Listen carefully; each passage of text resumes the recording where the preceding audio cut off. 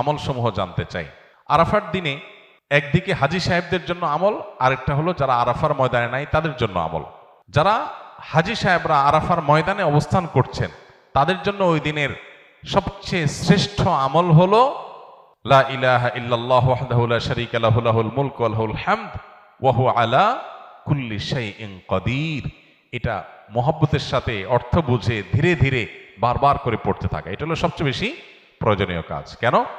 কারণ নবী করিম সাল্লাল্লাহু আলাইহি ওয়াসাল্লাম বলেছেন যে খায়রুদ দুআই দুআউ ইয়াউমি আরাফা, আরাফাত দিনের দোয়া হলো শ্রেষ্ঠ দোয়া। ওয়া খায়রু মা কুলতু আনা ওয়ান নাবিয়্যুনা মিন ক্বাবলি, নবীজি বলেছেন আমি আর আমার পূর্বের যত নবী রাসূল এসেছেন সবাই যত দোয়া আল্লাহর কাছে করেছে এর মধ্যে সবচেয়ে উত্তম হলো এটা, লা ইলাহা ইল্লাল্লাহু ওয়াহদাহু লা শারীকা লাহু লাহুল মুলকু ওয়া লাহুল হামদু ওয়া হুয়া আলা কুল্লি শাইইন কাদির। আল্লাহ ছাড়া সত্যিকারের কোনো মাবুদ নাই, লা ইলাহা ইল্লাল্লাহ ওয়াহদাহু লা শারীকা লাহু, তিনি একক এবং তার কোনো শরীক নাই।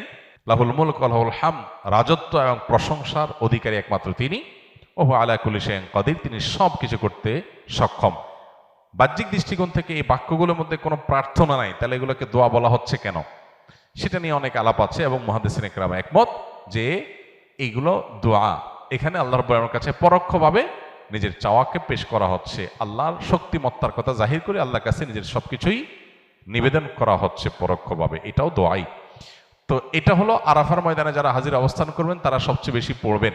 অনেক উলামা একরাম অবশ্য বলেন যে এই দোয়া অর্থাৎ লা ইলাহা ইল্লাল্লাহু ওয়াহদাহু লা শারীকা লাহু লাহুল মুলকু ওয়া লাহুল হামদু ওয়া হুয়া আলা কুল্লি শাইইন কাদির, আরাফার দিনে, আরাফার বাইরে যারা পৃথিবীর বিভিন্ন প্রান্তে গায়রে হাজি যারা আছি তারাও পড়তে পারেন, বরং আরাফার দিনে তাদের ওইটা পড়া উচিত এবং এ ব্যাপারে অনেকে রেকমেন্ড করেন। তাহলে একটা কারণে পেলাম লা ইলাহা ইল্লাল্লাহু ওয়াহদাহু লা শারীকা লাহু এটা পড়া, এবং আরাফাতের দোয়াকে সবচেয়ে শ্রেষ্ঠ দোয়া বলা হয়েছে। এই জন্য হাজী সাহেবরা বিশেষ করে যারা সেখানে অবস্থান করছেন ওই দিন একবারে সূর্য ডুবা পর্যন্ত, জোহর থেকে নিয়ে সূর্য ডুবা পর্যন্ত পুরো সময়টা দোয়ার ভিতরে ডুবে থাকা, এটা হলো সবচেয়ে বড় কাজ। আর যারা আরাফায় নাই, আরাফার বাইরে আছে, যারা হজে যাচ্ছেন না, তারা আরাফার দিনটাতে তারা রোজা রাখবেন।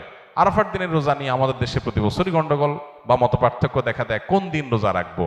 এটা কি হাজিরা অবস্থান করছে ওই দিন, নাকি আমি যে দেশে আছি সেই দেশে যখন জিলহজের 9 তারিখ হবে? তো এটা নিয়ে উভয় পক্ষেই দলিল আছে, যুক্তি আছে, দুই মতেরই সপক্ষে আলেমদের বক্তব্য আছে। সেক্ষেত্রে তুলনামূলকভাবে আমি যে দেশে আছি সেই দেশে জিলহজের 9 তারিখটা হলে সেটাকে আরাফার দিন হিসাবে, আরাফার দিন যদিও বাহ্যিকভাবে মনে হয় যে আরাফার ময়দানের সাথে সংশ্লিষ্ট, কিন্তু আসলে এই যে দিনগুলা ইয়াউমুত তারবিয়া, ইয়াউমে আরাফা, ইয়াউমুন নাহার, ইয়াউমুত তারবিয়া বলা হয় জিলহজের 8 তারিখকে, ইয়াউমুল আরাফা বলা হয় জিলহজের 9 তারিখকে, ইয়াউমুন নাহার বলা হয় জিলহজের 10 তারিখকে। এখন এই নামগুলো যদিও হাজিদের হজের সাথে রিলেটেড, কিন্তু হজের বাইরে যারা আছে তাদের জন্য আপনার ফিকহের কিতাবগুলোতে বিভিন্ন দ্বীনি কিতাব পুস্তকে ইয়াউমে তারবিয়া, ইয়াউমুন নাহার বলা হয়েছে। এর মানে এটা না যে হাজিদের সাথে মিল করতে হবে, যে দেশে যেটা হবে সেটাই প্রযোজ্য হয়। তো সেই আলোকে ইয়াউমে আরাফা আপনি যেখানে অবস্থান করছেন সেখানকার 9 তারিখ হিসাব করে রোজা রাখতে পারেন। যদি আপনার কাছে বেশি মনে হয় যৌক্তিক যে না হাজিদের অবস্থানের সাথে মিল করে রাখাটা, যেহেতু নামের মধ্যেই ইয়াউমে আরাফা আছে, অতএব ওইটা আমি রাখবো, তো সেক্ষেত্রে আমি সেটাও করতে পারেন, কোনো অসুবিধা নেই। কোন কোন রেওয়ায়েতের আলোকে জিলহজের প্রথম 9 দিনের প্রত্যেক দিন রোজা রাখা উচিত, কারণ মা মিন আইয়ামিন আল আমালুস সালিহু ফিহিন্না আহাব্বু ইলাল্লাহ মিন হাযিহিল আইয়াম, বুখারীর হাদিস রয়েছে। এই দশকটাতে এমনি নেক আমল করা উচিত। অতএব নফল রোজা আপনি প্রথম সবগুলো দিন রাখতে পারেন, তাহলে আর কোনো ইখতিলাফের ঊর্ধ্বে এমনিই উঠে গেলেন। অতএব আরাফার দিনে আরাফাতের বাইরে যারা আছেন তারা রোজা রাখবেন, আর আরাফাতে যারা আছেন তারা কি করবেন? ওই যে লা ইলাহা ইল্লাল্লাহু ওয়াহদাহু লা শারীকা লাহু বেশি বেশি পড়বেন, আর বেশি বেশি আল্লাহর কাছে দোয়া করবেন। দোয়াটা অবশ্য আমরা আরাফাতে যারা নাই তারাও করতে পারি।